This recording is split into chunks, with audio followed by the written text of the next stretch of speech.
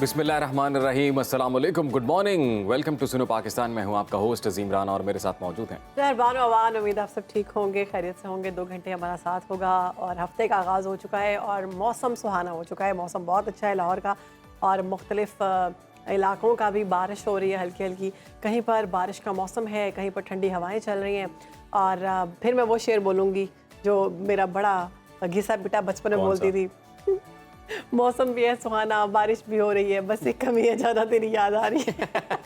जाना की याद आ रही है? नहीं, मतलब प्रोग्राम की याद आ रही थी। प्रोग्राम को जाना कहा जा रहा है। तो जी, प्रोग्राम के आगाज में मौसम की बात अब शहर बानों ने छेड़ी है, तो थोड़ा डिटेल में चले जाते हैं। मुल्क भर में बारिशों का नया स्पेल अब नाज़रीन शुरू हो गए। 31 जुलाई तक जारी रहने का इम्कान है ये स्पेल। और इस दौरान आज़ाद कश्मीर, शिमाल मशरकी पंजाब, खिता पोटोहार, बालाई केपी में तेज़ हवाओं गरज चमक के साथ बारिश की पेशनगोई की जा रही है, जबकि बलूचिस्तान में चंद मकामात पर बारिश की तवक्को है। महकमा मौसमियात का ये कहना है जी कि कराची समेत जो सिंध के दीगर अजला हैं वहाँ मौसम शदीद गर्म और मरतूब रहेगा। आज और कल कराची समेत दीगर मकामात पर आंधी और गरज चमक के साथ वक्फे से बारिश मुतवक्के है। दूसरी जानिब NDMA की बात करते हैं, जिन्होंने खबरदार किया है कि जी मानसून की हवाएं और बारिश अगले 5 दिनों में मुल्क के बालाई इलाकों में दाखिल होने का इम्कान है, जिससे सैलाब और लैंडस्लाइडिंग का खतरा है।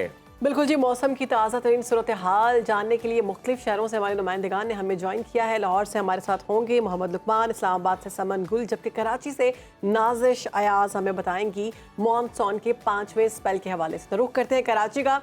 नाजिश बताइएगा, 5वां स्पेल आ चुका है, इस वक्त मौसम की सूरत हाल क्या है कराची में? वहाँ पर कोई बूंदाबांदी हुई? 5वां स्पेल आ रहा नहीं है, आ चुका है, क्योंकि मैं सब बड़ी प्यारी प्यारी सी बूंदाबांदी जो है एंजॉय कर रही हूँ। आज सुबह हम इस बात की दुहाई दे रहे थे कि यार समंदरी हवाएं मअतल हो गई हैं, हब्स हो गया है, आसमान पे काले बादल तो हैं लेकिन हवा नहीं चल रही।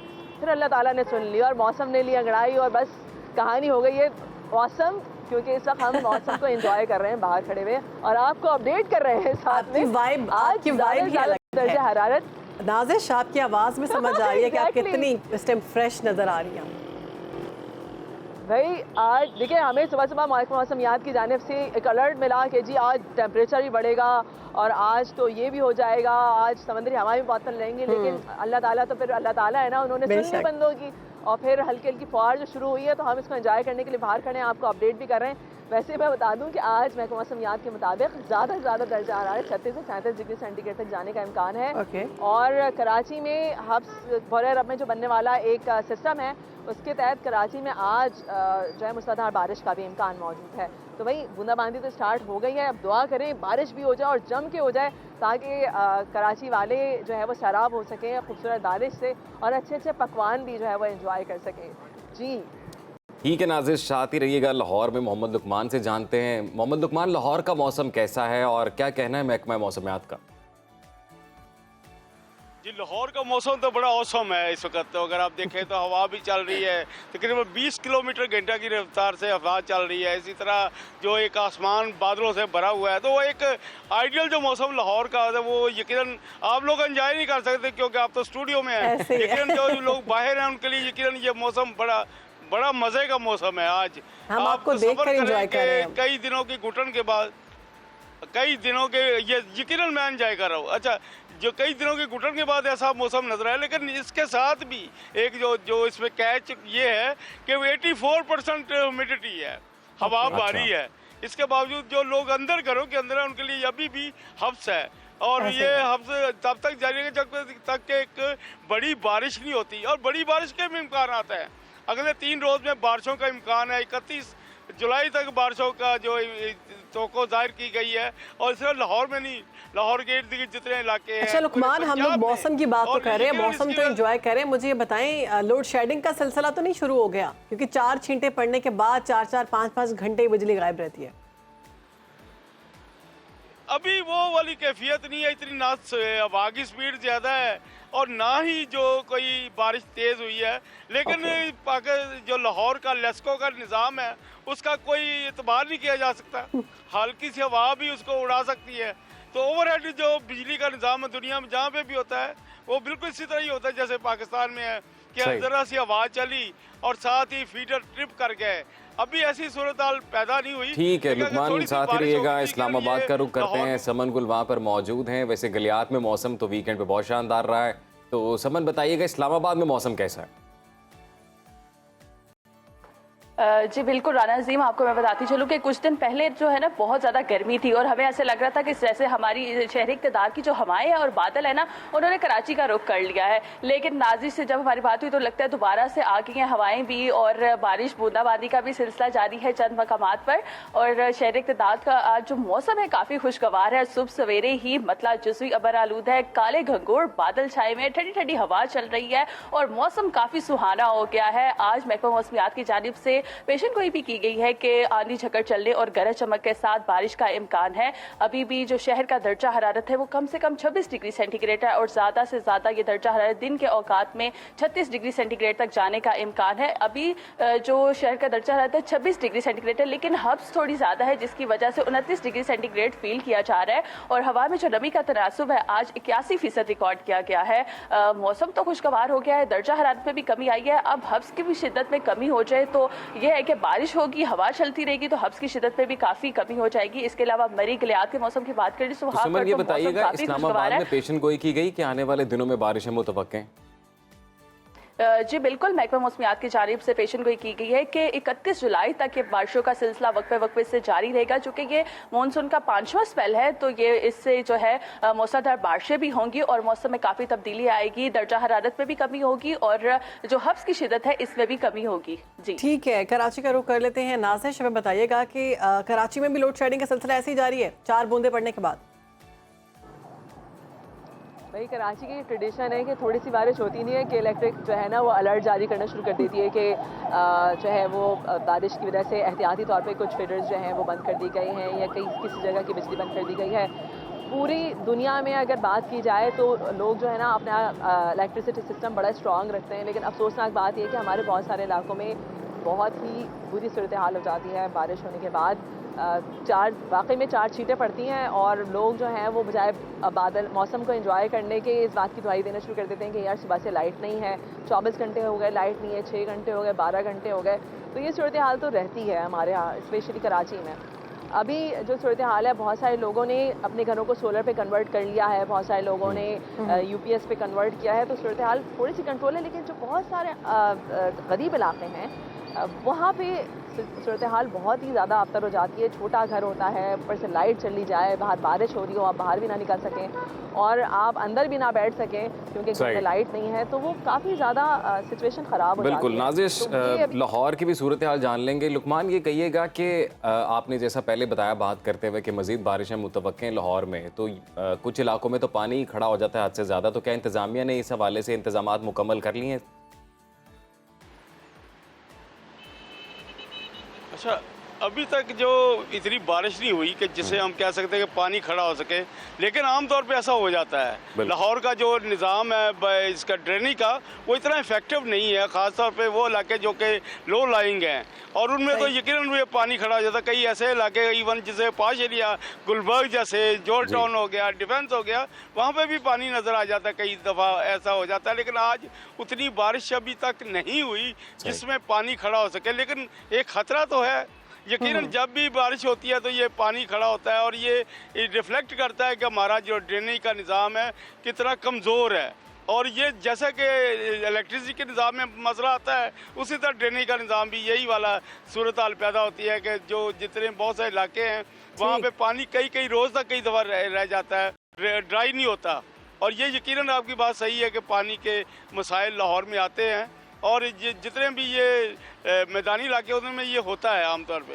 ठीक है, बहुत शुक्रिया आपका मोहम्मद लुकमान। नाज़िश, हयात, समन गुल, हमारे नुमाइंदगान हमारे साथ मौजूद थे। लाहौर, कराची और इस्लामाबाद के मौसम की सूरत हाल हमें बता रहे थे। बिल्कुल जी, इसी पर बात करने के लिए हमें ज्वाइन किया है चीफ मेट्रोलॉजिस्ट हैं सरदार सरफराज साहब। वेलकम करते हैं आपको सरफराज साहब। ये बताइएगा कि नया 5वां स्पेल जो है वो शुरू हो चुका है, कितना सख्त होगा ये, किन इलाकों के लिए ज़्यादा सख्त होगा, ये भी बताइएगा। जी बहुत शुक्रिया। देखिए, इसमें जो नॉर्थ ईस्ट पंजाब के इलाके, वही आपका लाहौर, ऊपर सियालकोट, नारोवाल, जेलम, इस्लामाबाद और फिर नीचे आ जाए तो साहिवाल वगैरह और फिर उस तरफ वेस्ट की तरफ बक्कर और जो दूसरा डीजी खान वगैरह का एरिया लगता है। फिर नॉर्थ ईस्ट बलूचिस्तान का जो इलाका है, कोलू, सिद्दी, बार खान और नसीराबाद, जाफराबाद, उन इलाकों में अगले दिनों में तेज़ स्पेल है और फिर सिंध में भी कल से आज शाम से कुछ इलाकों में ईस्टर्न सिंध में थरपारकर, उमरकोट और ऊपर सांगड़ वगैरह और खैरपुर इन इलाकों में है आज से, और ज़्यादा इम्कान फिर कल से है कि कल पूरे सिंध में ही तकरीबन अच्छी और तेज़ बारिश होगी बेशतर इलाकों में। और इसी तरह से जो ईस्ट बलूचिस्तान है और नॉर्थ ईस्ट बलूचिस्तान, उसमें दसबेला खुजदार डिस्ट्रिक्ट के अलावा जो ऊपर के डिस्ट्रिक्ट्स मैंने गिनवाए आपको, इन तमाम इलाकों में अगले 3-4 दिन का ये स्पेल है, अच्छा तेज़ स्पेल, बाद जगह में मूसलाधार बारिश भी। और सरदार साहब कोई एडवाइजरी भी जारी की गई? जी बिल्कुल जारी की गई थी, 2-3 दिन पहले एडवाइजरी जो निकाली गई थी उसमें ये सारे इलाके मेंशन थे, और उसमें जिक्र था कि कुछ एरियाज़ में जैसे पहाड़ी इलाकों में, खासकर केपी के जो पहाड़ी इलाके हैं उसमें मालाकंड डिवीजन में सवार डिस्ट्रिक्ट, दीर, चित्राल और उस तरफ कागान, नारान और गलियात का इलाका, और फिर कश्मीर बिलखुसूस वादी नीलम वगैरह, और इस दूसरे आपका जो मरी का एडजॉइनिंग इलाका है, तो उन इलाकों में ज़ाहिर है इलाकों में तेज़ बात स्पेल होता है जब, तो फ्लैश फ्लडिंग की सूरत में फिर लैंडस्लाइडिंग का भी खदशा रहता है, फ्लैश फ्लडिंग का भी रहता है, नदी नालों में पानी का बहाव ज़्यादा हो जाता है। तो ये मेंशन था उसमें एडवाइजरी में, इस स्पेल के नतीजे में ठीक है। सरफराज साहब, जो लोग अभी घूमने फिरने जा रहे हैं नॉर्दर्न एरियाज, उनको क्या हिदायत जारी करेंगे आप? देखिए इसमें ये जो स्पेल शुरू हुआ है ना, इसमें ज़्यादातर यानी आज 29-30 से लेकर 29-30 31 ये तीनों चारों दिन जो है इसमें अच्छा तेज़ स्पेल है, और जाहिर है कि उसमें लैंडस्लाइडिंग और फ्लैश फ्लडिंग का भी ख़तरा, और ये यूजुअल मतलब आगे कोई एक का दिन का उसमें कमी आएगी उसकी शिदत में, लेकिन उसके बाद फिर एक तरह से कंटिन्यू रहेगा ये स्पेल। तो 5, 6, 7 अगस्त तक इस तरह से वक्फे से ये स्पेल इसी तरह से चलता रहेगा, और इसमें अच्छी तेज़ बारिशें हैं अगस्त के पहले हफ्ते के एंड तक। बहुत शुक्रिया आपका सरदार सरफराज साहब, आपने सुनो पाकिस्तान को वक्त दिया और मौसम के हवाले से रेट है वो उन्होंने शेयर की। तो यही है जी कि एडवाइजरी जारी की गई है इससे पहले जिन इलाकों के बारे में और बिलखसूस नॉर्दर्न एरियाज़ के बारे में सरदार सरफराज साहब बता रहे थे कि वहाँ पर भी हैवी स्पेल मुतवक्के है, तो लिहाजा अगर कोई अपनी छुट्टियाँ प्लान कर रहा है उस हवाले से घूमने फिरने के लिए तो वो एडवाइजरी के मुताबिक ही करें।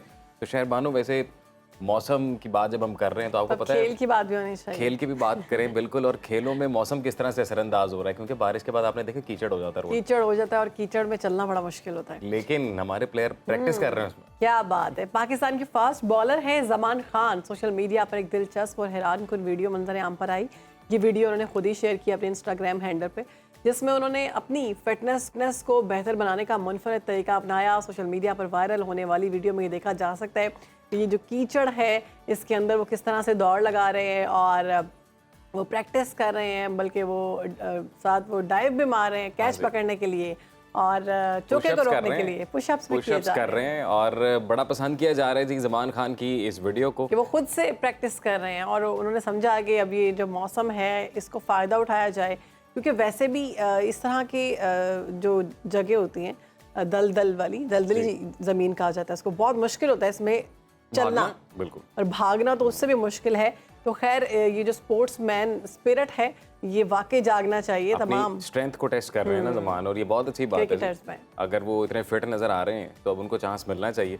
तो हमारी बेस्ट विशेज़ जमान के साथ हैं और इसी तरह से वो मेहनत करते रहें। अभी हालांकि वो एक मेजर लीग खेल कर अमेरिका से, तो ये अपनी फिटनेस का उन्होंने बड़ा शानदार मुजाहरा किया है। शहरबानो, अब अमेरिका में आपको पता है कि इंतखाबी माहौल बन रहा है, सदारती इलेक्शन है, तो इस हवाले से वैसे सियासी तज्जिए तो हम सब भी सुन रहे हैं, लेकिन कुछ पेशन गोइयां सर्वेस भी सामने आ रहे हैं। कुछ पेशन गोइयां ऐसी की जा रही हैं और ऐसी शख्सियात की जानिब से की जा रही हैं कि उनकी पिछली की हुई पेशन गोइयां सही साबित हो रही हैं। तो बिल्कुल जी, और अब आपको बताएं कि जी अमेरिका का अगला सदर कौन होने जा रहा है, तो इस हवाले से एक अहम और बड़ी पेशन गोई सामने आई है। अमरीकी मीडिया के मुताबिक 40 साला नजूमी है जी एमी ट्रम्प, इन्होंने पेशन गोई की है कि जी सितारों के मुताबिक अमरीका के अगले सदर जो है वो डोनाल्ड ट्रम्प हो सकते हैं। और ये जो मारूफ नजूमी है, इन्होंने जो बाइडन की सदारती दौड़ से दस्तबरदारी की तारीख जो है वो बिल्कुल दुरुस्त बताई थी और इसकी दुरुस्त पेशन गोई इन्होंने की थी। इसके अलावा इन्होंने कमला हैरिस से मुतल्लिक भी पेशन गोई की थी कि वो अमरीकी सदर के लिए डेमोक्रेट्स की उम्मीदवार बनने जा रही हैं। तो एमी की जानिब से जो दावा किया गया है डोनाल्ड ट्रम्प की हवाले से, उन्होंने कहा जी कि अपनी पेशा वराना कामयाबी के वो अरूज पर हैं और आने वाले दिनों में उन्हें मज़ीद गैर मामूली चीज़ों का सामना करना पड़ सकता है। एमी ने यह भी बोला जी कि अमेरिका में अगस्त का जो महीना है वो मुश्किल हो सकता है और मज़ीद सियासी बदअमनी वहाँ पर पैदा हो सकती है। तो ये पेशन गोइयाँ एमी की जानिब से भी की गई हैं। तो शहर बानो इनको बड़ा मोतबर समझा जाता है पेशन गोई के हवाले से, प्रेडिक्शंस के हवाले से, कि इससे पहले जितनी भी प्रेडिक्शन उनकी जानिब से की गई हैं वो तकरीबन सही साबित हुई हैं।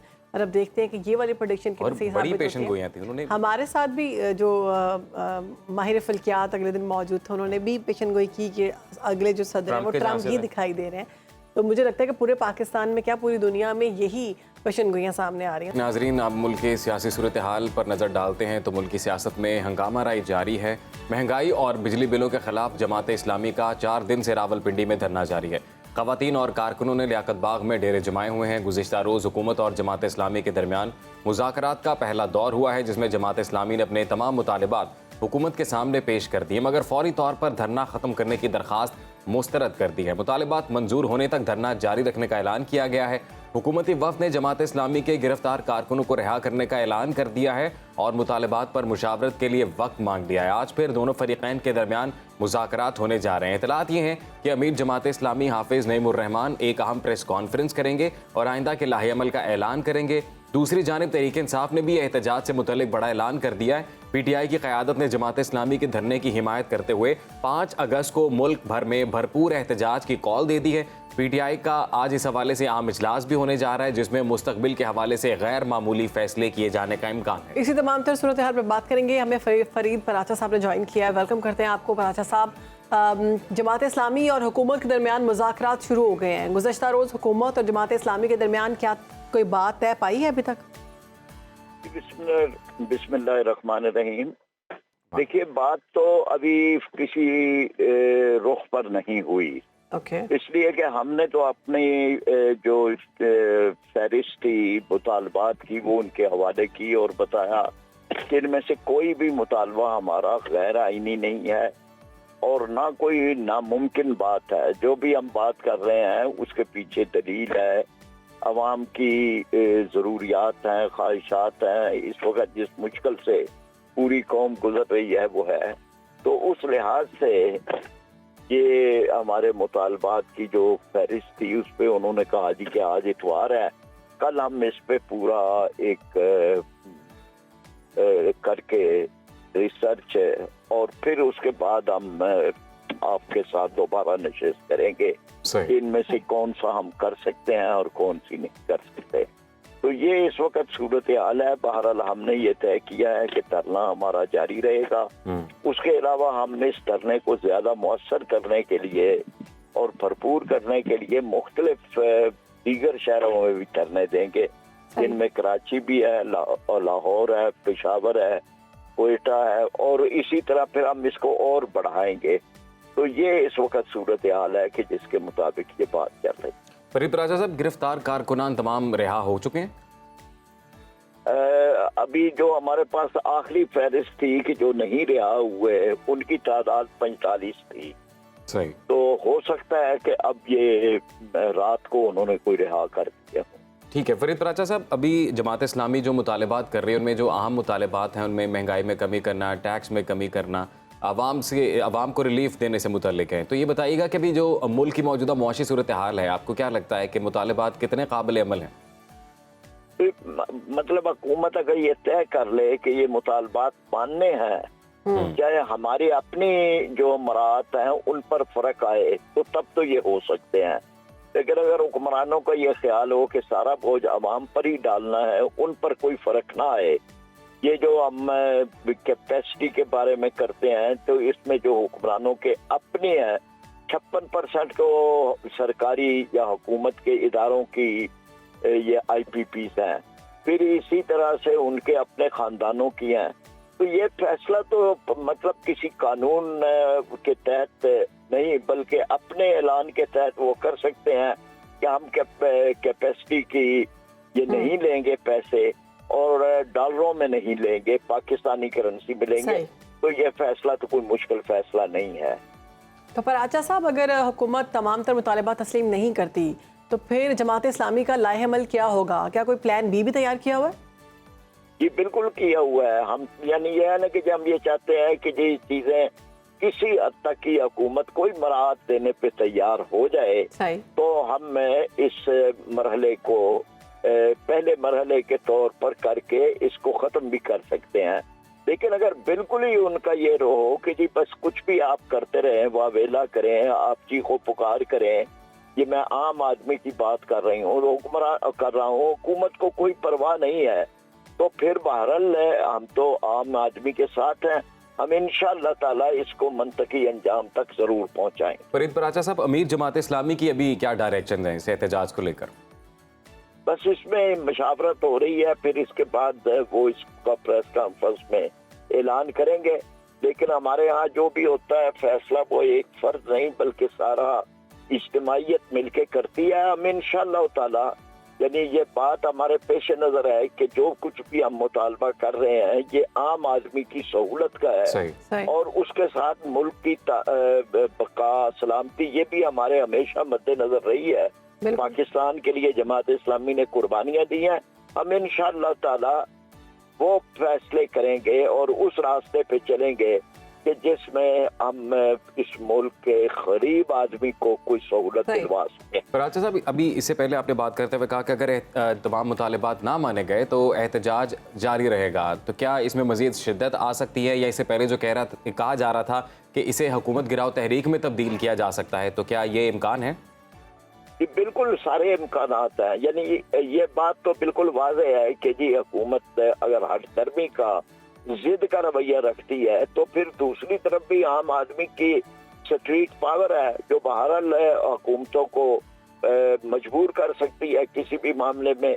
हमारी हमेशा तहरीक पुरअमन रही है, हम पुरअमन तरीके से चलेंगे और इस मामले में जितनी भी ज्यादा आम आदमी की तायद और हिमायत साथ लेके हम इंशाअल्लाह ताला इसमें हुकूमत को मजबूर करेंगे कि वो लोगों के मुतालबात को जरूर तस्लीम। फराचा साहब, तहरीक इंसाफ ने जमात इस्लामी के इस धरने की हिमायत करते हुए 5 अगस्त को मुल्क भर में एहतजाज की कॉल दी है।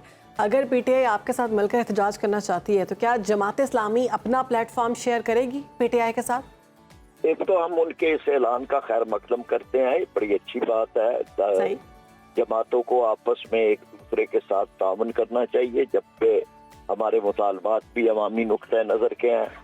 लेकिन बहरहाल ये है कि इस बारे में कि हम इसका तरीक़ेकार क्या तय करेंगे, दोनों तंजीमें, ये मशावरत की बात है और उस पर मशावरत करके इस तरह के कई मॉडल मौजूद हैं कि जी मुतालबात एक तरह के हों, प्लेटफॉर्म अपने अपने हों, तो बहरहाल इस पे जो भी होगा मशावरत के साथ लाया अमल किया जाएगा। इससे पहले एक धरना याद है 2014 वाला, तब पीटीआई भी सड़कों पर थी और दूसरी जानिब तारुल कादरी साहब की जमात थी, वो भी सड़कों पर थे, तो क्या ऐसी कोई सूरत हाल बन सकती है? जी बिल्कुल हो सकती है, लेकिन ये कि एक ही प्लेटफॉर्म से दोनों तंजीमें करें या अपने अपने प्लेटफॉर्म से करें, उसमें ज्यादा बेहतर यही होता है कि जी अपने अपने प्लेटफॉर्म से आप एक ही तरह पे करें, आपस में तय कर लें कि जी किस, ताकि कोई आप क्लैश की सूरत हाल ना पैदा हो। एक ही शहर के एक हिस्से में एक तंजीम कर रही है, दूसरे में दूसरा कर लें, या एक शहर में एक तंजीम कर रही है, दूसरे में दूसरे करें, तो ये इस तरह के बन सकते हैं मॉडल के जिसमें मुतालबात में कुव्वत और शिद्दत तो भी पैदा हो। साहब, पीटीआई जो है वो अपोजिशन की बड़ी जमात के तौर पर जानी जाती है, तो आपको ऐसे नहीं लगता कि अगर दोनों मिलकर करेंगी तो हुकूमत पर ज्यादा असर पड़ेगा? यानी मिलकर ही ये करना होता है कि जी आप एक ही मुतालबे को लेके हुकूमत पर हर तरफ से दबाव डाल रहे हैं, तो ये मिलकर ही करना शुमार किया जाता है। पराचा साहब, अभी जाते जाते ये बताइएगा कि अब तक की सारी सूरत हाल को जमात इस्लामी किस तरह से असेस कर रही है, सिचुएशन को क्या रीड किया आपने, गवर्नमेंट की बॉडी लैंग्वेज क्या लग रही है, मुतालिबात मान लिए जाएंगे? अभी तक तो वो मुश्किलात बयान कर रहे हैं, ये मुमकिन नहीं है, ये फलां है, IMF का दबाव है, दूसरा अवाम के दबाव को वो कोई नहीं समझते, कोई अहमियत देते, IMF के दबाव को ज्यादा अहमियत दे रहे हैं। लेकिन हमें ये भी नजर आता है कि जी उनके पांव तले कोई मजबूत जमीन नहीं है इख्तिदार की कि जिस पे वो बड़ा कुव्वत के साथ खड़े हों, जब उन्हें यूं नजर आ रहा हो कि जी लोगों की एक भरपूर कुव्वत तो मौजूद है और आम आदमी सड़कों पे है, तो उन्हें बहरहाल मुतालबात को मानना पड़ेगा। बहुत शुक्रिया आपका फरीद पराचा साहब, आपने सुनो पाकिस्तान को वक्त दिया और सियासी सूरत हाल को लेकर और बिलखसूस जमात इस्लामी की जानिब से जो धरना दिया जा रहा है, जो एहतजाज किया जा रहा है, उस पर अपना तज्जिया दिया। प्रोग्राम में आगे बढ़ेंगे, तालीम के मैदान से आपको खबर देंगे तो पाकिस्तानी तलबा दुनिया भर में अपनी सलाहियतों का लोहा और काबिलियत का लोहा मनवा रहे हैं। इंटरनेशनल ओलंपियाड में पाकिस्तान के होनहार तलबा शानदार कारकर्दगी का मुजाहरा कर रहे हैं। बायोलॉजी और मैथमेटिक्स के बाद फिजिक्स में भी पाकिस्तानी तलबा ने 3 ब्रॉन्ज मेडल जीत लिए हैं। ईरान के शहर असफहान में होने वाले इस आलमी मुकाबले में कराची के तलहा अशरफ, लाहौर के हुज़ैफा अल्तमश, इस्लामाबाद के सलमान तारड़ ने कांसी के तमगे हासिल किए, जबकि रावलपिंडी के मोहम्मद साद बिलाल ने ऑनरेबल मेंशन यानी एजाजी सनद हासिल की है। पाकिस्तान 2001 से बैनुल अक़वामी ओलंपियाड में बाकायदगी से हिस्सा ले रहा है और इन मुकाबलों में पाकिस्तान के होनहार तलबा 140 से ज़ायद तमगे जीत चुके हैं। जी बिल्कुल, और इस शानदार कामयाबी पर बात करने के लिए हमारे साथ होनहार तालिब इल्म तलहा और हुज़ैफा मौजूद हैं, उनसे बात करते हैं।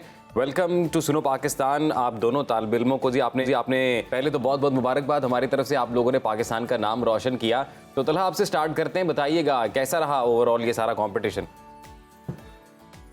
मेरे लिए तो बहुत अच्छा एक्सपीरियंस रहा। मैंने पूरे साल पढ़ाई की इस ओलंपियाड के लिए और बहुत ज़्यादा सीखा, और फिर यहाँ पे ईरान आके भी मैंने बहुत सारी चीज़ें देखी और बहुत सारे स्मार्ट लोगों से इंटरेक्ट किया। कंपटीशन भी बहुत अच्छा था। ठीक है हुज़ैफा, आप बताइएगा कि आलमी मुकाबले में हिस्सा लेने के लिए आपने किस तरह से मेहनत की, शिरकत किस तरह से कर सकते हैं तलबा, और तालीम कौन सी आप हासिल करें? कंपटीशन के लिए पढ़ने के लिए तो बहुत ज़्यादा मटेरियल अवेलेबल है, ऑनलाइन बहुत सारे रिसोर्सेज हैं, और यहाँ पे प्यास पे भी बहुत सारी ट्रेनिंग करवाते हैं, ट्रेनिंग कैंप्स वगैरह में। अगर किसी तलबा को इसमें शिरकत करनी है तो पहला स्टेप तो ज़रूर यही होता है कि एक NSTC का स्क्रीनिंग टेस्ट होता है, उसके लिए तैयारी पहली चीज़ होती है, वो करनी होती है तलबों को। मैं उसके लिए हमेशा बहुत सारी किताबें हैं जो हम रेकमेंड करते हैं उसके लिए पढ़ने के लिए, बहुत सारे रिसोर्सेज भी हैं। तो स्क्रीनिंग टेस्ट से आगे बढ़ के फिर बहुत ज़्यादा और भी ट्रेनिंग होती है और बहुत ज़्यादा और तैयारी करनी होती है। और आप हुज़ैफा ये बताइएगा, फिजिक्स आपका फेवरेट सब्जेक्ट है?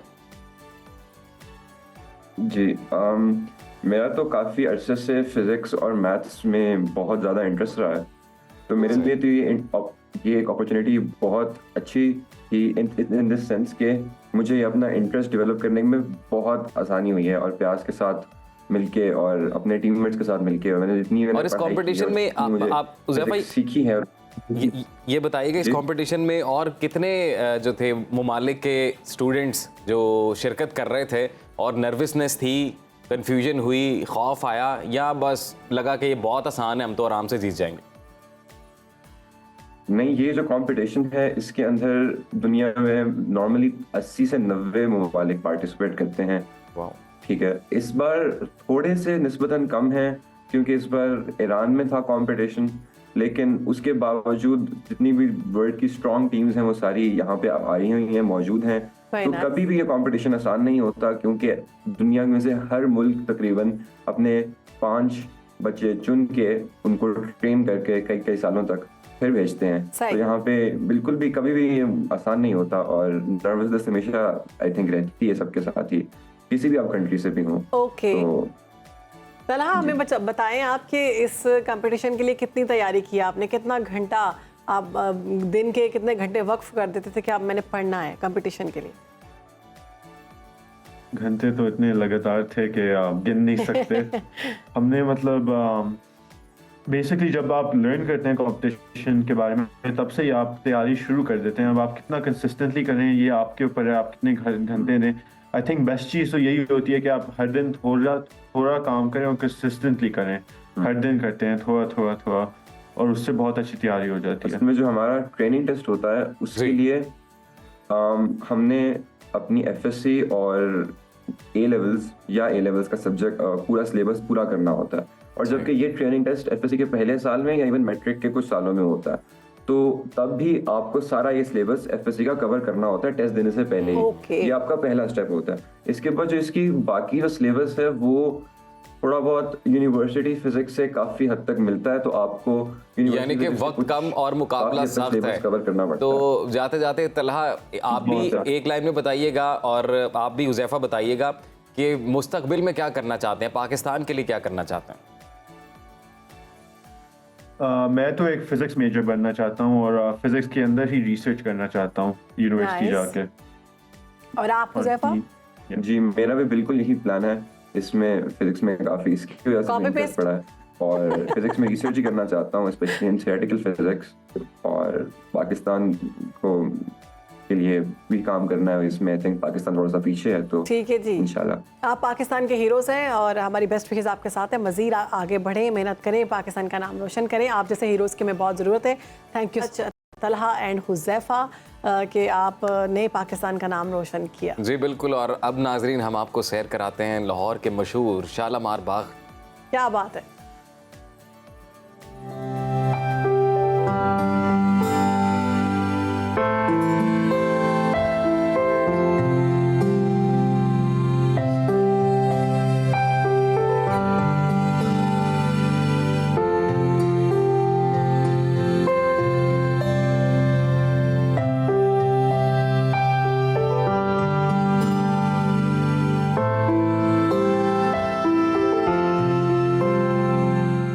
शालामार बाग का शुमार दुनिया के अजीमुल शान बागों में होता है।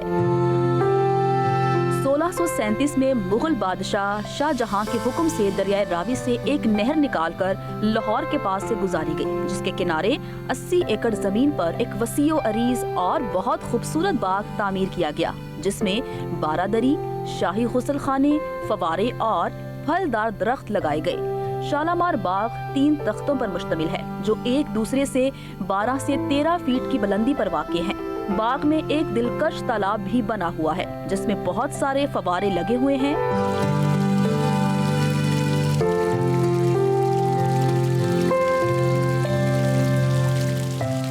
यहाँ संगे मरमर की 5 खूबसूरत 12 दरियाँ बनाई गई हैं। यहाँ संगे मरमर की एक आबशार भी बनी हुई है।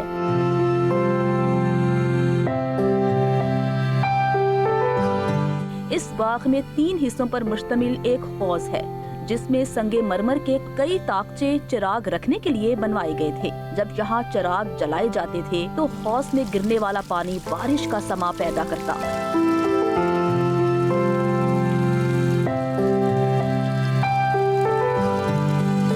बाग के एक हिस्से में संगे मरमर का एक बहुत ही खुशनुमा तख्त है, जिस पर बैठकर शाहजहां अपना दरबार लगाया करता था। ये बाग मुगल बादशाहों की अजमत की मुंह बोलती तस्वीर है।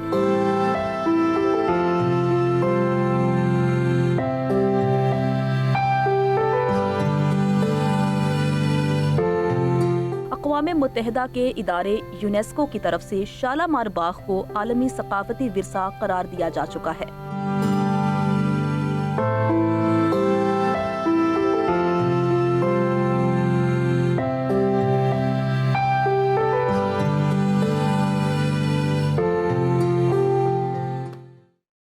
तो जी शालामार बाग से मुतल्लिक ये एक बड़ी ही खूबसूरत रिपोर्ट हमने अपने नाजरीन तक पहुंचाई है। शहर बानो, आप गई हैं शालामार बाग? बिल्कुल, मेरे ख्याल से हम सब गए हैं, कोई भी ऐसा नहीं है जो नहीं गया होगा। स्कूल ट्रिप के साथ? स्कूल ट्रिप्स के साथ बहुत दफ़ा गई हूँ। फिर उसके बाद जब लाहौर आई तो खुद भी गई, बहुत विज़िट किया और बड़ा अच्छा लगता है वहाँ जाकर। लाहौर को बागों का शहर कहा जाता है और यहाँ पर जब आप जाते हैं मुगलिया दौर के शाहकार को देखते हैं तो आपकी वाइब भी अलग होती है। शालामार बाग की क्या खूबसूरत चीज़ लगी आपको? मुझे जिस तरह से वो एक सीक्वेंस में दरख्त लगाए गए हैं ना, कि वो रस्तों में आप सिमेट्री एक पूरी बड़ी खूबसूरत, वो मुझे बहुत अच्छा लगता है। वो जब आप बाहर के मौसम में जाएं तो उसकी वाइब अलग है, खज़ां के मौसम में जाएं तो उसकी वाइब अलग है, और अगर आप धुंध में जाएं तो वाइब अलग है। एक अफसोस भी होता है कि ये उसी दौर के मुगलिया दौर के जो बागात बने हुए शहर लाहौर में वो बने, उसके बाद कोई नहीं बना। उसके बाद से तो जी कंक्रीट का एक शहर आबाद किया है हम लोगों ने, और उससे फिर हमारे जो फ़ज़ाई असरात हैं वो सबके सामने, मौसम के जो असरात हैं सबके सामने। हम पौधे लगाएं और दरख्त उगाएं, क्योंकि बहुत ज़रूरी है हमारी सेहत के लिए। और लाहौर जैसे कि आपको पता है कि इंडेक्स में, क्वालिटी इंडेक्स में काफ़ी नीचे की तरफ जा रहा है। बिल्कुल।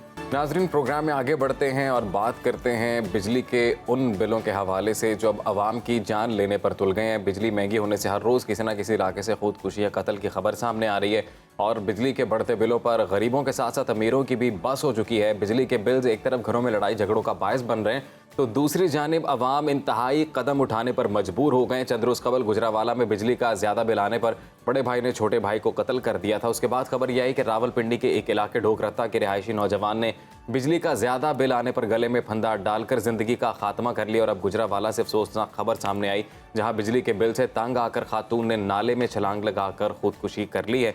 महंगी बिजली क्यों है, इसकी वजह क्या है, ये अवाम के लिए जानलेवा क्यों साबित हो रही है, इन दोनों मौज़ूआत पर हम बात करेंगे। हमारे साथ 2 गेस्ट मौजूद हैं, माहिर मईशत हैं और हमारे साथ माहिर नफ्सियात भी मौजूद हैं। सबसे पहले मैं रुख करूंगी डॉक्टर खाकान नजीब साहब की तरफ। डॉक्टर साहब, बहुत शुक्रिया आपके वक्त का। ये बिजली जो महंगी की जा रही है और रोज़ बरोज़ बिल बढ़ रहा है, ये IMF के प्रोग्राम की वजह से है या फिर IPPs को कैपेसिटी पेमेंट्स की वजह से ये सब कुछ किया जा रहा है? बिस्मिल्लाहिर्रहमानिर्रहीम। मैंने हमेशा कहा है कि पाकिस्तान के मसाइल जो हैं वो पाकिस्तान की मिस गवर्नेंस की वजह से हैं। बिजली पाकिस्तान का एक गवर्नेंस इशू है, पहले तो हम इसको क्लैरिफाई करते हैं। नंबर 2, इस गवर्नेंस में रेगुलेटरी गवर्नेंस भी शामिल है, ऑपरेशंस का भी इशू है, यानी कि जिस तरह हम डिस्कोस और जेनकोस को चलाते हैं। और तीसरा हमारा पॉलिसी का जो रिस्पांस है उसकी भी आप एक सेंस में सोचें कि कमी है compare to what needs to be done today. So एक तो ये क्लैरिफाई करने, IMF ना इस मुल्क में बिजली की कीमत का तयन करता है, ना ही उसका बिजली की कीमत से ऑनेस्टली कोई ताल्लुक है। मतलब let's just be very clear on this. Okay, अब आप इसको हम आज कहाँ खड़े हैं? आज यहाँ खड़े हुए हैं कि जब तक ये बिलीव नहीं करेंगे कि इसको एक सर्जिकल ट्रीटमेंट की जरूरत है और उस रिस्पांस की जरूरत है जो एक जिसको आप कहना रैपिड रिस्पांस, रादर देन हम ये सोचें कि हम 6 महीने 8 महीने या 5 साल में ये कहते रहें कि हम कुछ कर लेंगे। So that is where we stand. हुकूमत को मैं इतना क्रेडिट जरूर देता हूँ कि उसको अदराक सब चीजों का है, इसलिए कि हम जैसे लोग तो पिछले 2 साल से कह रहे हैं कि पाकिस्तान के IPPs का एक हल, और ये फिर भी याद रखिए कि मैं बार बार कहता हूँ IPPs is just part of the issue that has been created multiple reasons की वजह से। इसमें 52% तो आप IPPs हैं ही नहीं, ये कहना ही गलत है। वो कैपेसिटी गवर्नमेंट खुद ओन करती है पाकिस्तान की। नंबर 2, बाकी 48% को आप इंडिपेंडेंट पावर प्रोजेक्ट्स कह सकते हैं, ये बात दुरुस्त है। उसमें से 23% चाइनीज हैं जिसमें ये इशू खड़ा हो रहा है, वो 2015 की पॉलिसी के हैं। उस पे मैं पिछले 2 साल से कह रहा हूँ और मुझे बड़ी अच्छी तरह याद है, बड़ा अरसा हो गया है, एक लीड एंकर ने मुझे कहा मैं सिर्फ प्रोग्राम करना चाहता हूँ पाकिस्तान के डेट पे, आप कह रहे हैं कि रीप्रोफाइलिंग होनी चाहिए। तो मैं पिछले 2 साल से कह रहा हूँ कि ये डेट ड्यू होने वाला है बड़ा हैवी, इसकी रीप्रोफाइलिंग करा लीजिए। प्रॉब्लम, सॉरी मैं आखिर ये कह दूं फिर आप अगला सवाल कर लें, ये है कि जब प्रॉब्लम आ जाता है और पानी सर से गुजर जाता है तो अथॉरिटीज जब उसका रिस्पांस देती हैं तो उसकी जो तकलीफ है वो आप, इंडस्ट्री, एग्रीकल्चर, हर कोई फील कर रहा है। और जब मैं ऐसी स्टोरीज आपसे सुनता हूँ तो ऑब्वियसली ये दिल दहला देने वाली स्टोरीज हैं पाकिस्तान के लिए, एंड इट इज ट्रू। आप मतलब आप यकीन करें कि कल ये मतलब मैं पर्सनली कल मैं I was exercising at 4 in the morning, तो एक बंदा मेरे पास आया जो कि वहाँ पे काम करता है जिम में। उसने मुझे ऐसी ही एक स्टोरी कही कि डॉक्टर साहब आप माहिर माशियात हैं, ये मेरा बिल आया है, मैं क्या करूँ। तो एक तो प्रॉब्लम ये है कि जब हम ये अगर 2 साल पहले ये डेट रीप्रोफाइलिंग आज करा लेते तो ये इशू ही ना खड़ा होता। तो इसको समझें, जब तक आप प्रोफेशनल सेटअप्स नहीं लाएंगे मिनिस्ट्रीज में, रेगुलेटर्स में, और प्रोफेशनलाइज करके डिस्कोस को नहीं चलाएंगे, जेनकोस को नहीं चलाएंगे, क्योंकि सारा कुछ स्टेट रन है, इस वक्त स्टेट रन मोनोपोलीज के अंडर है। मैंने पाकिस्तान के बोर्ड आकर 2008-9 में सरकार ज्वाइन करके चेंज करने शुरू किए, एंड आई रियलाइज्ड कि it is a no brainer कि इसमें से कुछ नहीं निकलेगा, क्योंकि जिन लोगों को हम प्रोफेशनल भी बोर्ड पे डालते थे, ये मैं मतलब कई दफा कर चुका हूँ पाकिस्तान में, तो होता ये था कि चूंकि उनका स्टेक नहीं होता था, 1 रुपया अपना नहीं लगा होता था, तो वो उस तरह ड्यू डिलिजेंस चीजों की करते ही नहीं थे। इनका सिर्फ खाकान नजीब साहब, अभी दिल दहला देने वाली ये खबरें सामने आ रही है सर। महंगाई इस कदर हो गई है कि लोगों की बर्दाश्त से बाहर है, लोग जिंदगियों का खात्मा कर रहे हैं, और इतना अफसोसनाक है जी कि रैपिडली इस तरह की खबरें आ रही हैं, और ये विजुअल्स भी हैं हमारे पास बड़े डिस्टर्बिंग कुछ। खाकान साहब ये बताइएगा कि ऐसा क्या किया जा सकता है कि इमीडिएटली कोई रिलीफ पहुंच सके, आवाम को कुछ सुकून मिल सके? तो सबसे पहली चीज, और मैं मतलब तवातर से लिखता भी हूँ, इस पे कहता भी हूँ, हर एक को कहता हूँ, प्रोफेशनल सेटअप लाएं आप इस वक्त जहाँ पे सर्जरी कराना चाहते हैं। इसके अलावा कोई तरीका, आई एम सॉरी, है नहीं है।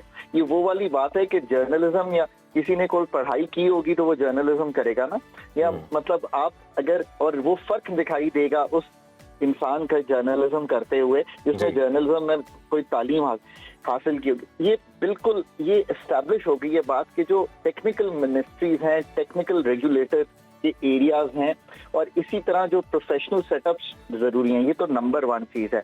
ये सर्जिकल ट्रीटमेंट कर लेंगे, ये नहीं करेंगे तो जो मैं बाकी सब चीजें, मैं आपके सामने 6 महीने का एक मंजर रखता हूँ कि let's say if I was to sort this out.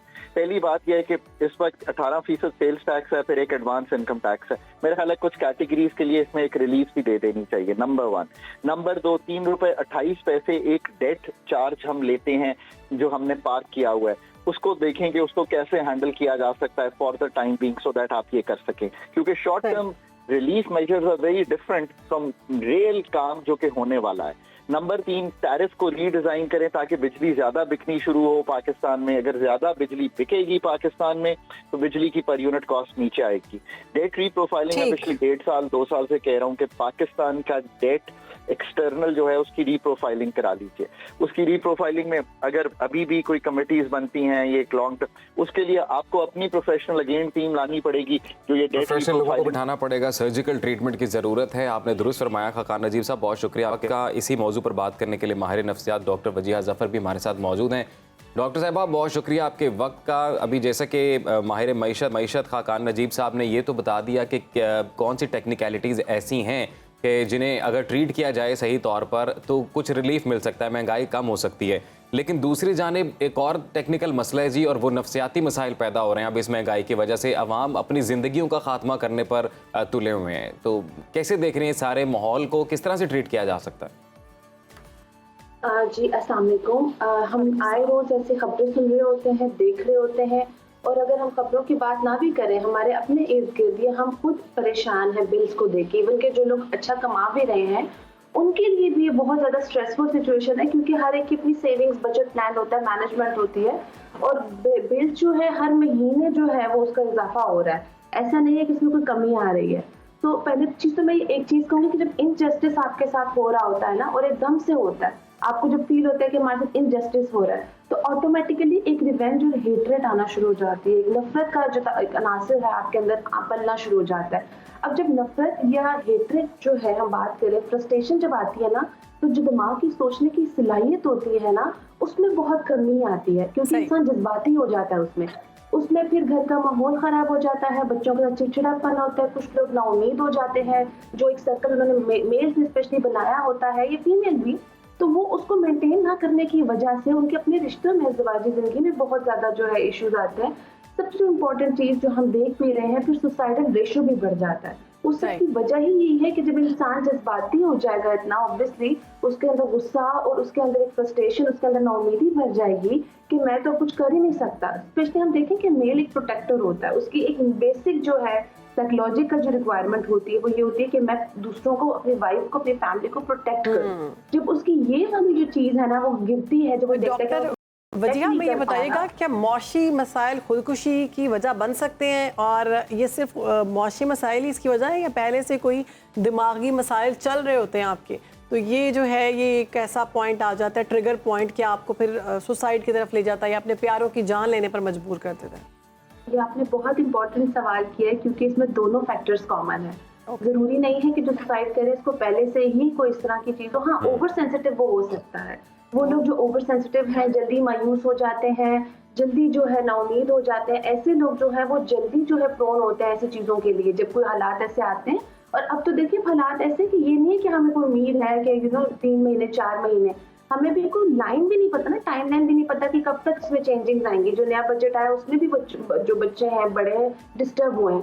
तो आपने जो बात की ना कि क्या पहले से बीमारी होती है, यस हो सकता है, ये भी चांसेस है। जिनको पहले से डिप्रेशन हो, एंजाइटी हो, वो उनकी ऑलरेडी जो साइकी है, जो पर्सनालिटी है, वो वीक हुई भी होती है। जैसे एक बीमार बनता है ना, वो उसकी इम्यूनिटी वीक होती है, जैसे कोई उसको एलर्जी होती है वो फौरन उस पर जल्दी अटैक करती है। ठीक है, अगर कोई शख्स आपके घर में है और आप देख रहे हैं कि वो ओवर सेंसिटिव है और वो बिहेव जो कर रहा है बिल्कुल साइकोपैथ या डिप्रेशन वाला कर रहा है, तो ऐसे कौन से एहतियाती तदाबीर हैं जो हमें फ़ौरन से करनी चाहिए? ये सबसे इम्पोर्टेंट चीज़ है कि जब आपको लग रहा है आपके घर का फर्द, चाहे वो फादर हो, चाहे वो पार्टनर हो, या चाहे वो मदर हो, आपको लग रहा है वो डिप्रेशन में जा रही हैं, आपको लग रहा है कि वो नाउमीदी की तरफ जा रही हैं, तो सबसे पहला काम आपने करना है कि उनके प्रेशर्स को कम करना है। बेशक आप उनको किसी भी तरह की उम्मीद दें, उनको उनकी देखिए उम्मीद होती है ना घर वालों की भी कि काम क्यों नहीं हो रहे, आप उन पे प्रेशर देना कम कर दें। वो अपनी तरफ से कोशिश कर रहे हैं, एक तो प्रेशर देना कम कर दे, दूसरा उनके साथ ज्यादा से ज्यादा वक्त गुजारें, उनको ब्लेम ना करें कि आप तो उदास ही रहते हैं, रोती ही रहती हैं, इस तरह के वर्डिंग घर में मत यूज करें। आप अंडरस्टैंडिंग बिहेवियर रखें, टाइम अच्छा स्पेंड करें और कोशिश ये करें कि उनको किसी ऐसी एक्टिविटी में रखें जो उनके माइंड को पॉजिटिव करता है। दूसरी चीज, अगर आपको खुद ऐसा फील हो रहा है कि मैं नहीं कर पा रहा, इतने बिल्स आ रहे हैं, फाइनेंशियल सिचुएशंस गिरी हैं, तो आप अपने के तौर पे कहीं ना कहीं छोटे छोटे बिजनेसेस में इन्वेस्टमेंट करके देखें, ये वो चीज करके देखें। जैसे आजकल फीमेल्स है कि घर में कुकिंग स्टार्ट कर लेती हैं, राइट, कोई ना कोई छोटे छोटे पार्ट्स आप रखें, किसी भी पेशे को बुरा ना समझें। उससे ये कि आपको कहीं ना कहीं होप नजर आती है, जहां से भी आपको उम्मीद की किरण नजर आती है वहां आप अपने स्टेप्स बनाएं और उसमें भी कोशिश करें कि घर वालों के साथ आपने बड़ी खूबसूरत बात कि उम्मीद की किरण जो है वो नज़र आती रहनी चाहिए। उम्मीद पर दुनिया कायम है। बहुत शुक्रिया आपके वक्त का, आपने सुनो पाकिस्तान को वक्त दिया। और इस अहम मौजू से मुतल्लिक जाते जाते वन लाइनर एक यही है, जैसे हमारे माहिर मईशत ने फरमाया कि हुकूमत के करने का काम ये है कि वो मेजर जो सर्जरी करने वाली है कुछ इदारों में, जो ट्रीटमेंट्स करने वाले हैं वो करें, टेक्निकल लोगों को बिठाएं, और दूसरी तरफ आम आवाम को अपने ऊपर काम करने की ये ज़रूरत है कि बहुत जल्द मायूस ना हो और उम्मीद की किरण जगाई रखें। और अगर कोई ना कोई खुदा ना खास्ता ऐसा क्राइसिस आता है तो उसका वे आउट तलाश करें, मेहनत करें, इंशाल्लाह चीज़ें बेहतर होती हैं। अब कुछ बात करेंगे अहम टॉपिक के हवाले से। संजीदा मौजू है जिसे दुनिया में हनी ट्रैप या मनी ट्रैप के नाम से जाना जाता है। बदकिस्मती ये मसला पाकिस्तान में भी सर उठाने लगा है, बल्कि सर उठा चुका है। हनी ट्रैप के ज़रिए लोगों को ब्लैकमेल किया जाता है, उनसे माली फ़वाइद हासिल किए जाते हैं। इसके अलावा बाज़ औक़ात अब ऐसे वाक़यात कौमी और सलामती के लिए भी ख़तरा पैदा कर सकते हैं। ये जाल ना सिर्फ इनफरादी सतह पर नुकसानदेह है बल्कि इज्तिमाई तौर पर भी हमारे माशरे को गलत साइड पर लेकर जा रहा है। पुलिस के मुताबिक मुल्क भर से ताल्लुक़ रखने वाले 40 से 50 अफराद गुज़श्ता एक साल में मनी या हनी ट्रैप का शिकार बन चुके हैं। और अक्सर आपको भी कॉल आती होगी, आपके प्यारों को भी कॉल आती होगी कि हाँ जी अस्सलाम वालेकुम, क्या हाल है, पहचाना आपने, फ़लाना कज़न बात कर रहा हूँ, आपका यूके से या यूएस से बात कर रहा हूँ। तो बंदा खुद से ही कहता है वो फलाना बात कर रहा है, फिर वहीं से वो स्टोरी आगे लेकर चलते हैं और कहते हैं कि मैं आपके अकाउंट में पैसे भेज रहा हूँ, टेंशन नहीं आपने लेनी। शहर बानो, ये तो आपने मनी ट्रैप की बात की ना, हनी ट्रैप का जी बिल्कुल एक केस हमारे सामने जो है खलीलुर रहमान कमर साहब का जो है वो केस सामने आया, जिसमें हनी ट्रैप हो गए थे। खातून ने उनको फ़ोन करके अगवा करवाया है, जो एफआईआर उन्होंने दी। बहरहाल ये सिचुएशन आपके सामने ये जान लेते हैं, हमारे साथ एक्सपर्ट मौजूद है, हम ऐसे बात थोड़ी ना करेंगे। अब हनी ट्रैप और मनी ट्रैप है क्या जी, इसके लिए बात करते हैं। हमारे साथ SP organised crime unit Aftab Ahmad फुलरमान साहब स्टूडियो में मौजूद हैं। आफ्ताब साहब वेलकम टू सुनो Pakistan. Sir thank you very much. कैसे हैं आप? I am fine, thank you. Sir सादा ज़ुबान में हमारे पहले नाज़रीन को बता दें कि हनी ट्रैप क्या है और मनी ट्रैप क्या है। जी, ये दो अलहदा टर्म्स हैं और दोनों में तरीक़ाकार मुख्तलिफ है, दूसरे को झांसा दे के उसे अपना मकसद हासिल करने का। इस वक्त जो टॉपिक पे सुनने वाले ज़्यादा इंटरेस्टेड हैं हनी ट्रैप। मनी का तो सबको पता है, लेकिन उनकी सेफ्टी और सिक्योरिटी के हवाले से, उनकी फाइनेंशियल सिक्योरिटी के हवाले से मैं समझता हूँ कि पहले मैं मनी ट्रैप थोड़ा बता दूँ, क्योंकि इसमें बहुत ज़्यादा लोग अपने पैसे ज़ाय कर बैठे हैं धोखे में आके। मनी ट्रैप के मुख्तलिफ तरीके हैं। आपको कॉल आएगी, आपकी बेनज़ीर इनकम प्रोग्राम में ये चीज़ें निकल आएंगी, या आपके फलां प्रोग्राम में आपके लिए iPhone 15 Pro निकल आया है, या फिर ये कि जिस तरह उन्होंने बताया कि आपका फलां कज़न बोल रहा हूँ। अब इसमें iPhone 15 Pro निकल आया है तो बेवकूफ़ आदमी, मैं उससे सादा लॉ कहूँगा, वो कहते हैं अच्छा वो निकल आया है, तो वो फौरी तौर पे उसको रिस्पॉन्ड करेंगे। रिस्पॉन्ड करने के बाद वो उससे पैसे मांगेंगे, पहले 10,000 मांगेंगे, फिर वो बंदा चल पड़ेगा तो 25, फिर 50। वो इस चक्कर में देता जाएगा कि iPhone 15 Pro चल पड़ा है और मेरे तक पहुंचने वाला है, जो कभी नहीं पहुंचता। या फिर दूसरे आएंगे कि जी मैं आपका दुबई से कज़न बोल रहा हूँ, तो ये मैं आपको 5 लाख रुपया भिजवा रहा हूँ, वो नानों को दे दीजिएगा, अकाउंट में आ गया, सेव कर लें बस, ठीक है। अब उस चक्कर में आप उसको समझ लेते हैं कि ये बिल्कुल ठीक है, तो आप उसको पैसे कुछ भिजवाते हैं, वो पैसों के बाद फिर और पैसे भिजवाए जाएंगे। अच्छा, क्योंकि अकाउंट में मैसेज भी आ जाता है जी, अकाउंट में आफ्ताब साहब मैसेज भी आता है। अच्छा, मैसेज भी आ जाता है, इतने पैसे आपके अकाउंट में।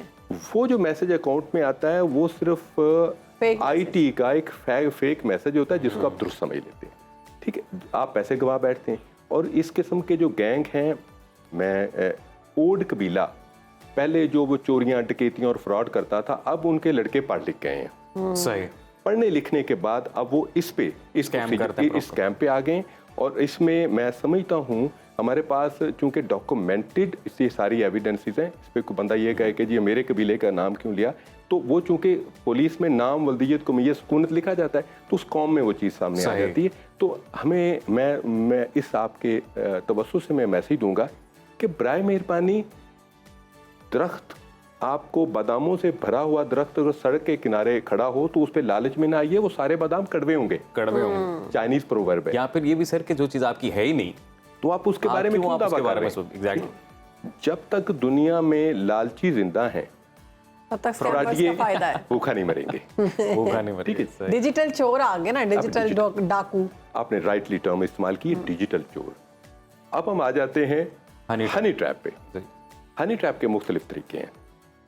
बड़ी खूबसूरत मीठी आवाज़ फीमेल की आपको आएगी। अस्सलाम वालेकुम, आप मकसूद साहब बोल रहे हैं? तो आप कहेंगे नहीं जी मैं तो मकसूद नहीं बोल रहा हूँ, ओह सॉरी आपको डिस्टर्ब किया, फ़ोन बंद हो जाएगा। लेकिन इधर एंड पे जो साहब हैं उनके दिल में तलातुम अब पैदा हो चुका है। थोड़ी देर सोचेंगे, 15-20 मिनट बाद या हो सकता है 1-2 मिनट के बाद ही रिंग बैक कर दें कि जी आपको मेरा नंबर किसने दिया? जी जी मैं तो मकसूद नहीं हूँ। तो वो कहेंगे कि नहीं शायद कोई डिजिट का फ़र्क पड़ गया होगा। जी जी जी। अब जो टारगेट है वो मंजिल की तरफ रमा-दमा हो गया है। बातचीत चलना शुरू हो जाएगी, फिर वो जाली तारीफ़ें करेगी टारगेट की, और टारगेट समझेगा कि मैं वाकई कामयाब हो गया हूँ, प्रिंस चार्मिंग हूँ। हालांकि आप प्रिंस चार्मिंग नहीं, आप अपनी जान भी ईमन खतरे में डालने जा रहे हैं। देन फिर उसको बुलाया जाएगा। अब बुलाने के 2 आगे होंगे। एक तो ये कि आपको सादकाबाद, रहीमयार खां, उस एरिया में, कच्चे के एरिया में बुलाया जाएगा। इग़वा बराए तमान का मामला है। यस। तो वहाँ पे वो लड़की कहेगी कि मैं चूँकि पर्दा नशीन लड़की हूँ तो आपसे इस तरह मिल नहीं सकती, तो मैं अपनी सहेली के भाई को भेज रही हूँ, तो वो आपको मोटरसाइकिल पे मेरे पास लेके आ जाएगा। इनकी आंखों पे इश्क की पूरी पट्टी बंधी हुई है और ये अपने उस जेनेटिक कोड के तहत सफ़र कर रहे हैं। आगे एक लड़का आएगा, खुद से नहीं जाते मतलब? जी बस सादगी ठीक है। और महरूमियाँ।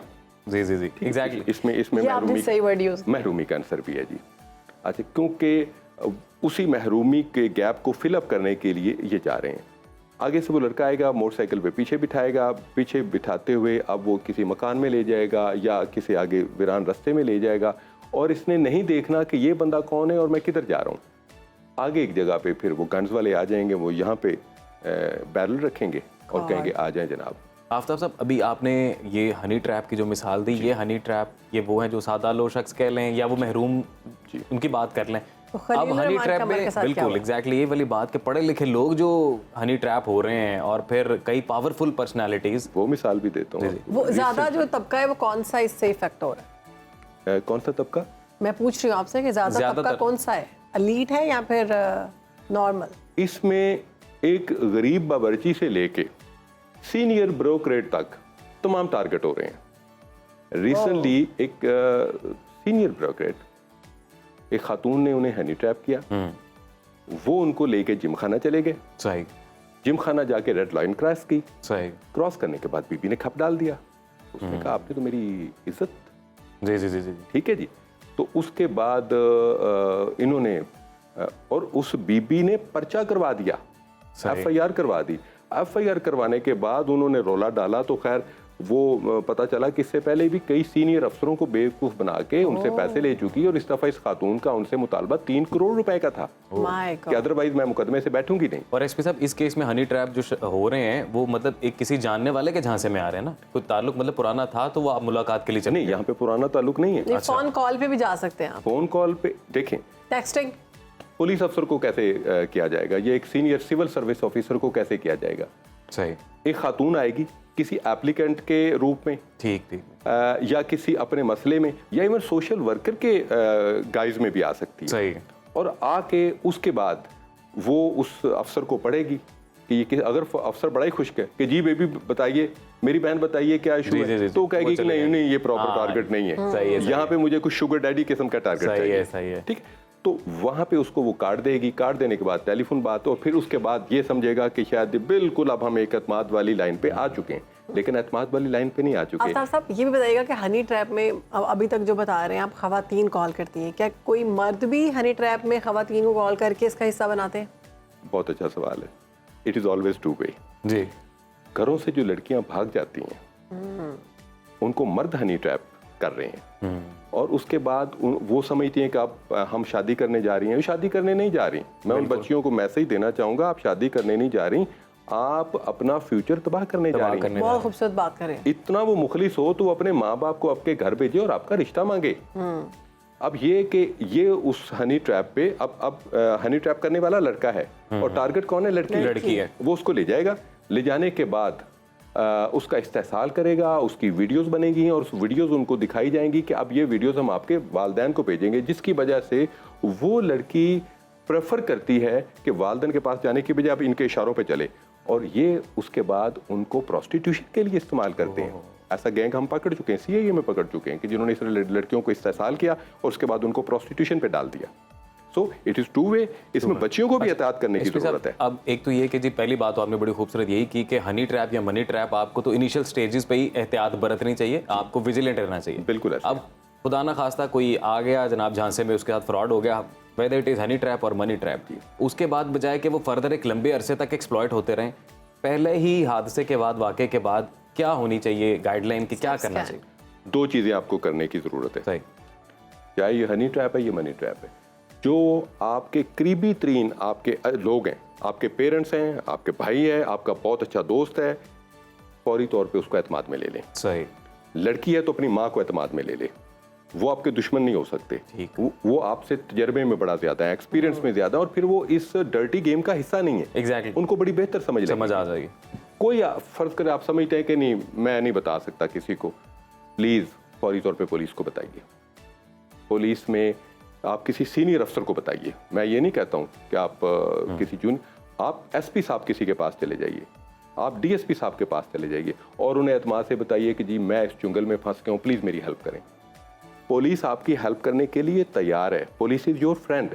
इक्का दुक्का वाकयात की बुना पे हम ये जनरलाइज नहीं कर सकते कि पुलिस बुरी है। एक काली भेड़ की वजह से पूरा महकमा खराब नहीं हो सकता। इस वक्त हम यहाँ पे जो सुकून से बैठे हैं, अपने घरों में सुकून से बैठे हैं, हम पुलिस की वजह से बैठे हैं।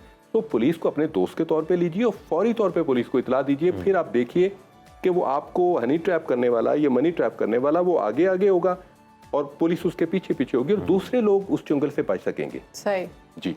तो उसके बाद जो है वो बहुत ख़तरनाक सिचुएशन से आप महफूज रह सकते हैं। बहुत ज़बरदस्त आपने बात की ख़वातीन के हवाले से भी, मर्दों के हवाले से भी, और बहुत शुक्रिया आपका आफ्ताब साहब। ऐसे होनहार और ऐसे अच्छे और ऑनेस्ट जो पुलिस ऑफिसर है ना, उनकी हमें बहुत ज़रूरत है, जो आएँ और बताएं आवाम को कि ये आपने करना है और आप हमारे पास आएँ अगर आपको कोई भी मसला है। Human friendly. Exactly. खौफ ना रहे कि मैं पुलिस ऑफिसर के पास नहीं जाऊंगी, वो मुझसे पता नहीं कैसे सवाल करेगा, किस तरह बात करेगा, पैसे मांगेगा। तो ऐसा नहीं है। कुछ लोग हर जगह मौजूद होते हैं, अच्छे लोग भी हर जगह मौजूद होते हैं। ज़रूर जाएं और इस तरह के हनी ट्रैप और मनी ट्रैप से बच के रहें। आप कोई बादशाह सलामत या आप कोई प्रिंस नहीं है या आपको फ़ोन करके आपकी तारीफ़ें की जाए। बड़ी अच्छी बात की, मुझे अच्छी लगी इनकी बात। ख़वातीन के हवाले से बहुत अच्छा लगा कि अपने घरों को छोड़कर मत जाएं किसी भी शख्स की बातों में आके। आपके माँ बाप से ज़्यादा प्यार कोई नहीं करता आपसे। नाज़रीन, अब सेहत के हवाले से बात कर लेते हैं जी। पाकिस्तान समेत दुनिया भर में हेपेटाइटिस से बचाव का आलमी दिन गुज़िश्ता रोज़ यानी कि 28 जुलाई को मनाया गया। इस दिन को मनाने का मकसद लोगों में हेपेटाइटिस से मुतल्लिक शऊर और आगही पैदा करना है। वर्ल्ड हेल्थ ऑर्गेनाइजेशन के मुताबिक आलमी सतह पर 60 मिलियन अफराद हेपेटाइटिस का शिकार हैं, जिनमें से 1 करोड़ का ताल्लुक पाकिस्तान से है। यानी कि मुल्क में हेपेटाइटिस यरकान के जो मरीजों की शरह है उसमें ख़तरनाक इजाफे के पेश नज़र वज़ीर आज़म पाकिस्तान ने हेपेटाइटिस के खात्मे के लिए मुल्क गिर मुहिम का ऐलान किया है। अपने पैगाम में वज़ीर आज़म का ये कहना था कि हम हेपेटाइटिस के खात्मे के हवाले से इक़दामात में ताख़ीर के मुतहम्मिल नहीं हो सकते। हमें इस बीमारी को ख़त्म करने और सबके लिए सेहतमंद मुस्तक़बिल को यकीनी बनाने के लिए मिलकर काम करने की ज़रूरत है। तो हेपेटाइटिस यानी कि यरकान है क्या, इसकी कितनी इक़साम है, इसकी अलामात और तशख़ीस कैसे मुमकिन है, और फिर सबसे बेहतर ये कि योगा करके इसका इलाज कैसे किया जाता है, इससे मुतालिक बात करें। इसी पर बात करेंगे। हमारे साथ मौजूद है योगी नईम साहब। वेलकम करते हैं नईम साहब, कैसे हैं आप? थैंक यू बहन, अल्लाह का करम, आप ठीक हैं? अल्हम्दुलिल्लाह। अब जैसे कि रिपोर्ट सामने, ये बड़ी ख़तरनाक रिपोर्ट है कि पाकिस्तान में सबसे ज़्यादा हेपेटाइटिस के पेशेंट पाए जा रहे हैं, तो इसकी मेन वजूहात क्या हैं और ऐसी कौन सी एक्सरसाइजेज हैं जो करके हम इससे बच सकते हैं? देखें बहन, हेपेटाइटिस जो है इसकी वजूहात, एक तो पानी को माना जाता है कि पानी के ज़रिए, लेकिन इसकी और बहुत सारी वजूहात हैं, जैसा कि आप ओवर मेडिकेशन इस्तेमाल करते हैं या बेजा मेडिकेशन जो है हम जाके मेडिकल स्टोर से खुद अपनी पसंद की मेडिसिन ले लेते हैं, डॉक्टर से बगैर रजू किए हुए मुख्तलिफ चीज़ों को हम जो है वो अपने खुद से जो है वो ठीक करना चाहते हैं। सेल्फ मेडिकेशन वो इसका एक वजह है, और ये बहुत बड़ी वजह है पाकिस्तान में कि हम जो है वो डॉक्टर को चेकअप के बजाय हम जो है वो खुद कहते हैं कि ये मुझे पता है कि इसका इलाज यूँ हो जाएगा। तो हर केमिकल का जो साइड इफ़ेक्ट है वो उसका फिर आपके ऊपर आता है, लेकिन समझना होगा कि ये हेपेटाइटिस होता क्या है। आपके अंदर की तोड़ फोड़, आपके अंदर की स्वेलिंग्स, आपके अंदर की जो सेल्स हैं उनकी ऑक्सीजन का कम हो जाना, आपके कार्बन जब बढ़ जाती है, ऑक्सीजन कम हो जाती है, तो फिर आप हेपेटाइटिस की तरफ चलना शुरू हो जाते हैं। आपकी बॉडी के अंदर जो है वो इम्यून सिस्टम जब काम नहीं करता, आप तोड़ फोड़ का शिकार होते हैं और वो रिपेयरिंग नहीं होती। अल्लाह ताला ने एक अंदर सिस्टम रखा है जो आपकी दिन भर तोड़ फोड़ होती है जिस्म के अंदर, उसकी रिपेयरिंग होती है सोते हुए। जब आप डीप स्लीप पे पहुंचते हैं तो आपका जिस्म अंदर खुद रिपेयर करता है। तो आज इंसान डीप स्लीप से महरूम है। हम जब सोते हैं तो सुबह उठ के दिल चाहता है कि थोड़ा और सो लें, तो इसका मतलब है कि नींद तो हम नींद तक पहुँचे भी नहीं, नींद पूरी होने दूर की बात है। जब आप सुबह सो के उठें और आपका उठने को दिल चाहे और खुशी से आप उठ के काम करना चाहें तो आपकी नींद पूरी होती है। तो आपका इम्यून सिस्टम काम करता है। इम्यून सिस्टम का ताल्लुक हैप्पीनेस के साथ है। आप कितने खुश रहते हैं, आप कितने रिलैक्स रहते हैं। जितना स्ट्रेस होगा, जितना परेशान होंगे, डीप स्लीप तक नहीं पहुंच पाएंगे और आप जो है वो ये कैंसर की डिजीज़ की तरफ बढ़ना शुरू हो जाएंगे।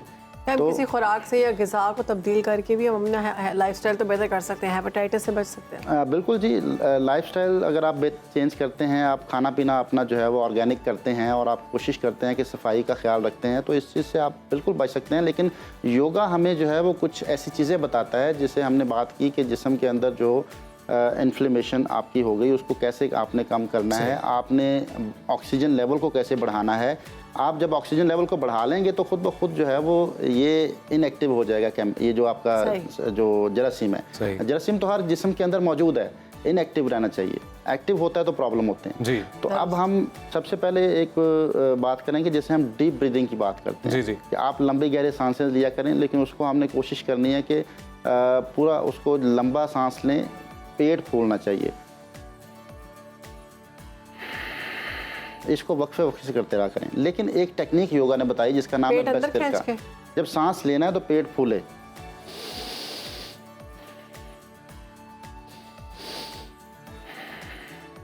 अच्छा एक टेक्निक है जिसका नाम है भस्त्रिका।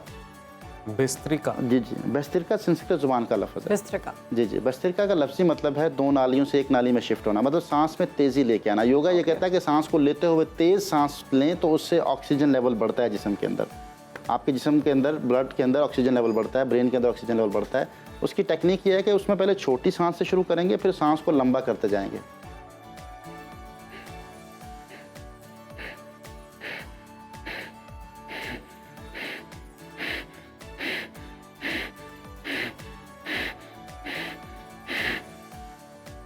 फिर छोटा कर लेंगे। इस तरह सांस को छोटा बड़ा करते रहेंगे, लेकिन सांस में तेजी रखेंगे। और इस दौरान इनहेल एक्सेल नाक से ही है। नाक से ही, नाक से सांस में तेजी रखेंगे, क्योंकि इसका नाम रखा गया भस्त्रिका। दो नालियों से एक में शिफ्ट करना, मतलब प्रेशर बनाना, सांस का प्रेशर बनाना। जब आप सांस का प्रेशर बनाते हैं तो इससे ऑक्सीजन लेवल बढ़ता है ब्लड के अंदर। आपने शॉर्ट ब्रीदिंग की, फिर उसको आहिस्ता आहिस्ता लॉन्ग ब्रीथ पे ले गए, फिर आप शॉर्ट पे ले आए। मैं दोबारा करता हूँ एक दफ़ा।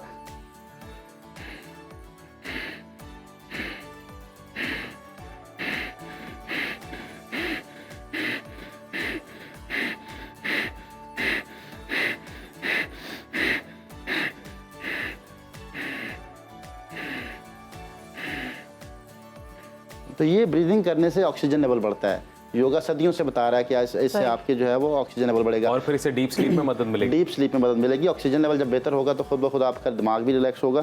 अच्छा, अब इन्फ्लेमेशन की तरफ आते हैं कि आप जिस्म की स्वेलिंग्स कम करना चाहते हैं, जिस्म के अंदर की ऑर्गन्स की स्वेलिंग, आपके जिस्म के अंदर जो तोड़ फोड़ है उसको आप रिपेयर करना चाहते हैं, तो योगा ने उसके लिए एक ब्रीदिंग बताई जिसका नाम शिताली है, शीतली भी लोग कहते हैं, शिताली भी कहते हैं, संस्कृत जुबान के लफ्ज़ हैं। इसका मतलब है ठंडक। सही। जैसे कि आपको पता है कि लोग जो हैं वो आइसिंग की तरफ आ रहे हैं, मुख्तलिफ जब चोट लगती है, मसल इंजरी होती है तो डॉक्टर उसको कहता है कि इसको आइसिंग करें। ठीक है, वो भी 3 दिन का टाइम होता है। 3 दिन के अंदर अगर आप आइसिंग कर लें तो रिपेयरिंग हो जाती है, उसके बाद आप आइसिंग करते हैं तो खराबी होती है। अच्छा। तो खैर योगा ने सदियों से जो है वो ठंडक का जिक्र किया है रिपेयरिंग के लिए। सही। इसका नाम ही ठंडक है, ब्रीदिंग का नाम ही। अब ये क्या करती है कि ये आपके जिस्म के अंदर जितने भी तोड़ फोड़ है, जितनी इन्फ्लेमेशन है, उसको रिपेयर करती है और ये टॉक्सिन्स को खारिज करती है, जो गंदगी है उसको बाहर निकालती है। ज़ुबान को गोल करेंगे पाइप नुमा और ज़ुबान के ज़रिए से सांस अंदर लेके जाएंगे और नाक से निकाल देंगे।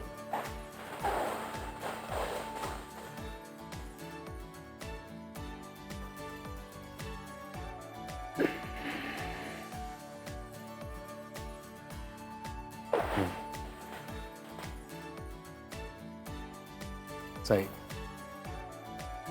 इसके इतने फ़ायदे हैं, ये गुस्सा कंट्रोल करती है, ये हाइपरटेंशन और ये बीपी को नीचे लेके आती है। अच्छा। ये बुखार को कम करती है जिनको फीवर रहता है, और हेपेटाइटिस के ये अलामात में से है कि आपका बुखार नहीं उतरता, तो इसलिए शिताली ज़रूर करें। और येलो हो जाता है आपका बॉडी अगर आपको सी है तो। जी जी। तो शिताली जो है ये बेहतरीन ब्रीदिंग है। ये आपके अंदर से तमाम जो प्रॉब्लम्स आ चुकी हैं, आपके टिश्यूज़ डैमेज हो चुके हैं, आपकी जो मुख्तलिफ जो चीज़ें डैमेज हो चुकी हैं, उनको रिपेयर करने के लिए ये शिताली की जाती है। ये नईम साहब दिन में कितनी दफ़ा करना चाहिए और कितनी देर के लिए करना ये चाहिए? 5 मिनट्स करें एक वक्त में। और दिन में 4-5 दफ़ा। अगर प्रॉब्लम है तो आप इसको 1 घंटे तक भी लेके जा सकते हैं। अगर आपको हेपेटाइटिस सी हो चुका है और आखिरी स्टेज पे है, वैसे तो नॉर्मली इसको हम जो है वो 15 से 20 मिनट तक कहते हैं। और ख़ासकर इसको सर्दियों के जिनको अमराज हों वो उनको नहीं करना। ये भी याद रखिएगा, जिनको सर्दियों के अमराज जैसे जिनको गला फ्लू और इस तरह की चीज़ें, जिनकी नाक बहती रहती है, इस तरह की चीज़ें जो हैं वो उनको नहीं करना इससे जो सही, क्योंकि ये चलाती है सिस्टम को। तो ये ठंडक है, ये ठंडक पैदा करती है, आपके अंदर से हरारत कम गर्मी को ख़त्म करती है, आपके जलन ख़त्म करती है, किसी किस्म की जिस्म के अंदर जलन है। साहब आजकल जैसे डेंगू का सीजन है जी, डेंगू हो जाता है लोगों को, उसमें भी फीवर बहुत शदीद हो जाता है, उसमें भी ये बिल्कुल बिल्कुल, ये फीवर तो 10 मिनट के अंदर कम कर देती है। और इसके बारे में यूँ है कि जिस्म के अंदर कोई भी जहर है, जैसे डेंगू का भी जहर है, जैसे सांप का भी जहर है, योगा तो ये कहता है कि सांप अगर डस ले तो शिताली करना शुरू कर दें, सांप का जहर असर नहीं करेगा। अच्छा, ये इतनी पावरफुल ब्रीदिंग है, इतनी पावरफुल ब्रीदिंग है कि ये जहर खारिज करती है। जुबान गोल करेंगे, सांस अंदर खींचनी है, और ये हर बंदे को करनी चाहिए, मैं तो समझता हूँ आज के दौर में। और एक मुद्रा जो है, बड़ा खास मुद्रा जो आप इसमें हेपेटाइटिस में करना चाहिए, वो प्राण मुद्रा है। ये साइड की 2 उंगलियां अंगूठे के साथ मिला लें और विक्ट्री का निशान बना लें, सिर्फ टच कर लें। और ये 15 मिनट हम ये कर सकते हैं। 15 मिनट इसको आपने दिन में 2 से 3 दफ़ा या 4 दफ़ा आपने इसको बनाना है मुसलसल।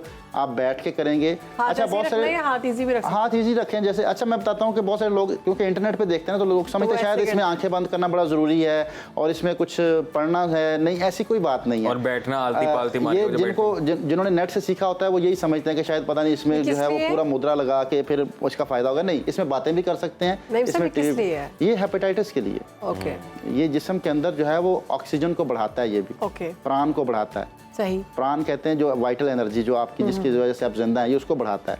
इसके और भी बहुत सारे फायदे हैं। ये आंखों के लिए बहुत फायदेमंद है, जिनकी नज़र वीक है उसके लिए भी उनको वो भी कर सकते हैं। और इससे जो है वो जिस्म के अंदर जैसे फालज हो जाए तो फालज के अटैक से बचने के लिए भी किया जाता है इसको।